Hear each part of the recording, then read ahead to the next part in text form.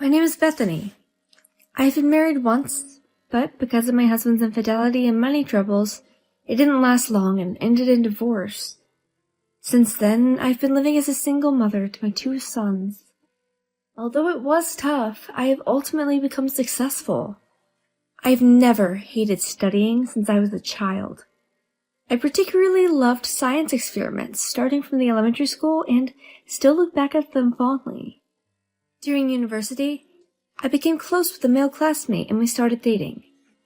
After graduation, I started working as a cosmetics development researcher at a major cosmetics company. My relationship with him continued, but I really enjoyed my job. After I started working, we didn't see each other as often after that. You seem busy with work, but I was wondering, can we spend more time together?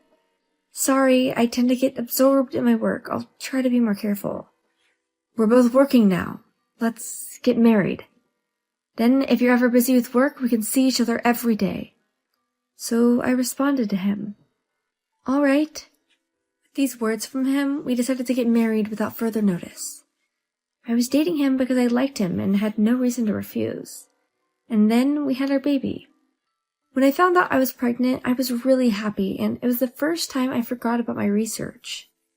I decided to quit my job completely. I didn't have any hesitation about it at that time. Our eldest son Tim was born, and 2 years later, our younger son Paul was born.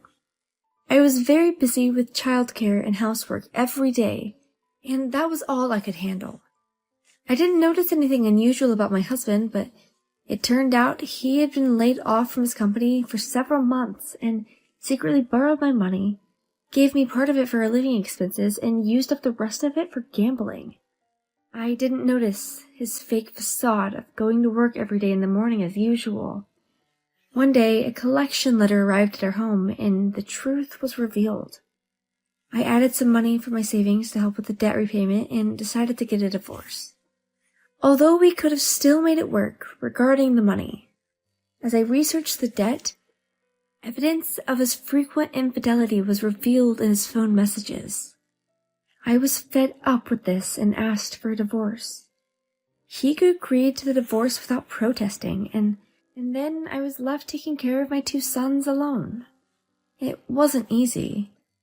Why don't you bring Tim and Paul here? Let's live together. I appreciate you saying that, but if we did, our neighbors would start spreading rumors about our divorce and it would cause trouble for the boys. I'll be okay. You don't have to worry about that. If there's anything I can do to help, just let me know. Thank you, Mom. Having someone who worried about me like that became my greatest motivation. Also, I was able to work again at the place I worked before getting married, and during the day, I left my sons at a nursery.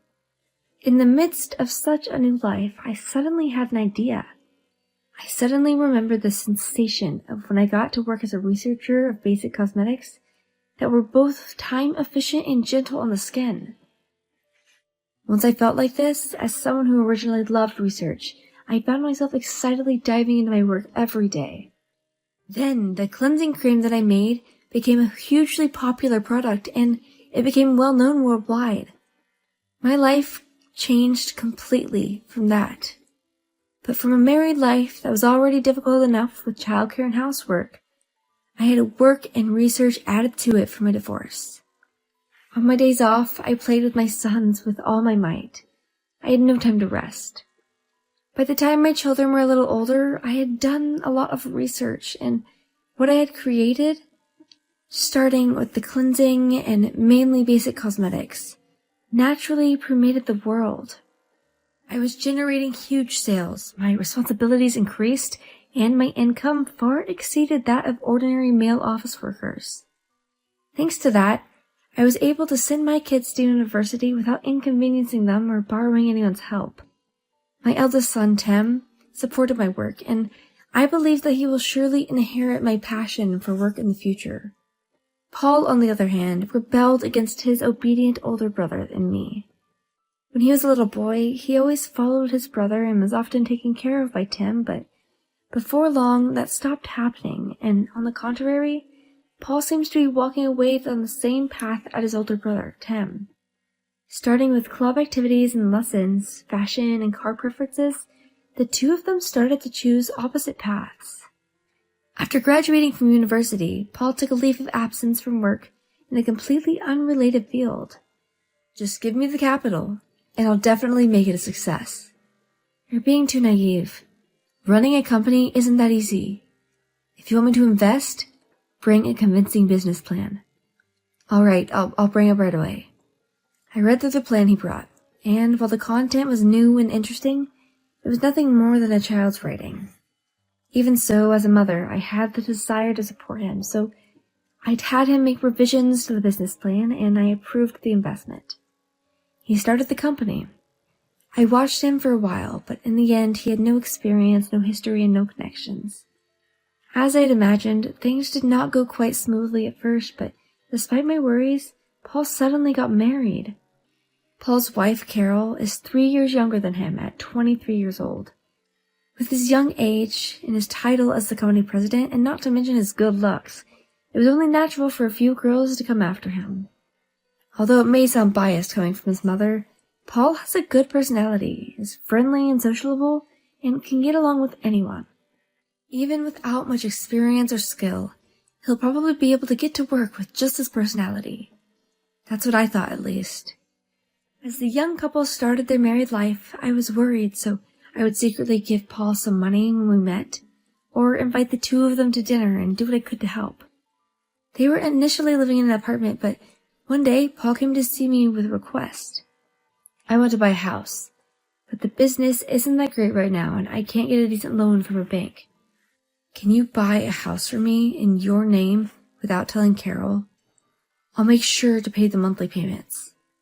Even now, I think I'm contributing enough to both of your household and business. I know, the business will definitely pick up from here on, but I don't want to bring up that with Carol. Please, Mom.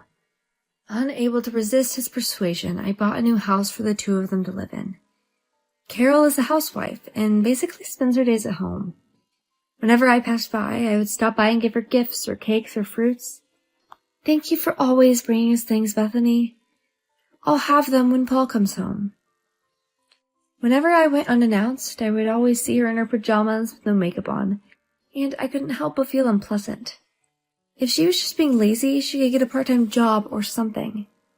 Since they didn't have any children yet, she could easily work. That's what I thought to myself.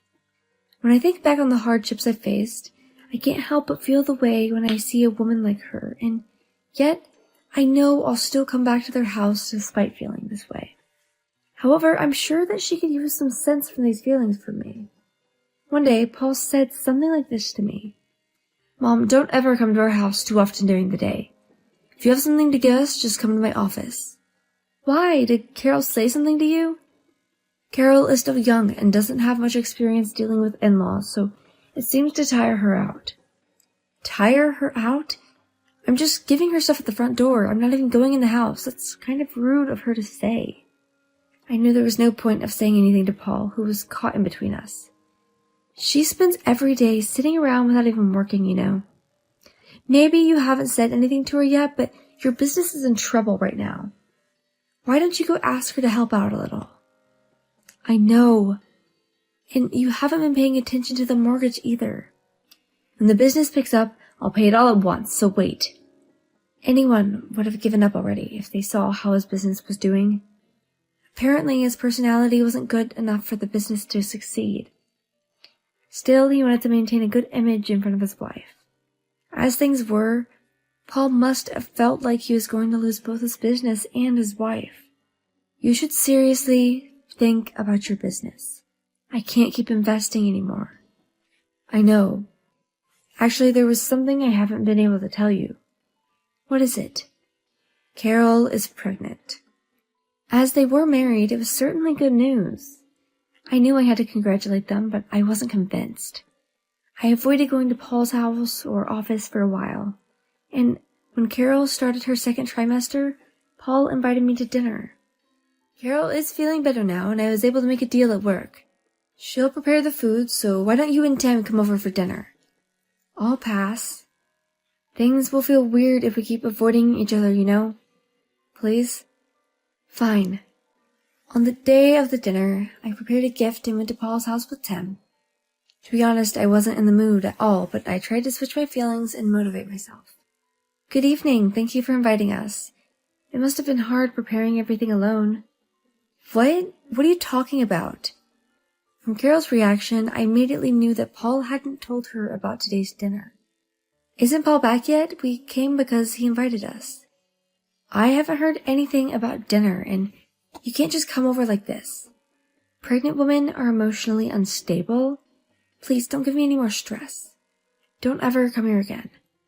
Tim and I stood frozen, unable to find words to respond. We were there because we were invited, and we were suddenly told not to come again? I'm sorry, I'm late. What's wrong? Paul, did you forget to tell Carol about today? Sorry, I was busy. I may have forgotten to tell her. You need to get your act together. Stop messing with everyone and be more responsible. I'm sorry. I'm really sorry, Carol. We're leaving now, so rest up. Don't worry, we won't come back here again. I went to my office and asked the legal advisor to change all the names on the house loan I had purchased under Paul's name. I thought to myself that things couldn't go on like this and I need to make things right. A few days later, Paul rushed over to my place with Carol. Mom, why is the house loan addressed to me? It's for your house, isn't it? So of course it's addressed to you. You can't just do that. That's not fair. You know about my business, right? Don't rely on your mother forever. You have a wife and a child too. I'll be there to support you, but you two have to work hard together. If you keep doing things like this secretly, of course Carol is going to feel bad. If you have any requests in the future, please come to my office and make them formally. Bethany, I'm really sorry about the other day. Paul never tells me anything. On the night when I said such terrible things to you, I questioned him about it and learned a lot. I was spoiling him because he's my son. I'm sorry about that. When Paul bought their house, he saw his mother secretly, and he never brought Carol along for any of the procedures. He also never told her anything about the company's financial situation and let her manage the household finances. She didn't understand what was really going on. She wasn't a bad person. She just felt like she was being left out. Now that she knows the truth, she apologized for her terrible comments and said that she would cooperate with him from now on. Paul, couples should share their hardships during difficult times, just like Carol said. Okay? I had a similar experience when I divorced your father, so I don't want you two to end up like that. Work together and help each other out. Before coming here, Paul and Carol had discussed things as she had explained in detail to me. From now on, Carol will manage the household finances and will be responsible for the company's accounting until the baby is born. As it turned out, she had studied business administration at university and was capable of doing the accounting work with ease. I felt embarrassed for judging her as young and irresponsible just based on appearance. Her explanation was easy to understand and concise, and I could feel her competence to the extent that I wanted to recruit her for our company. I even thought that Paul's business could be revived by her efforts. Bethany, I think it will take some time for us to get back on track. I will also work hard to bring things into good shape. Is it okay for me to come to you for advice when we're in trouble? Of course, anything for you, Carol. Thank you very much for forgiving me. After this day, Carol and I became very close, to the extent of having tea or lunch together or even going shopping. Both Carol and I were surprised by how well we got along. We haven't been involved with each other much before, but in reality, we had a lot in common. I enjoyed it as I had a daughter. Maybe it was because we had taken a roundabout way, had disputes and arguments, that we became like this. If I think about it that way, I'm grateful to Paul as well. Eventually, Carol began to help Paul's business, and it was revived thanks to her knowledge and talent. Paul no longer needed to put up a front, and whenever he had problems, he would talk to Carol first. Things were moving in a positive direction. Meanwhile, Carol's belly grew bigger, and she finally gave birth. The twin boys were born safely, and they were healthy. Our house became even more lively. Now I'm looking forward to seeing Logan find someone nice. Although I had no luck in marriage, I felt blessed with my family and work, and now I can look back and savor happiness.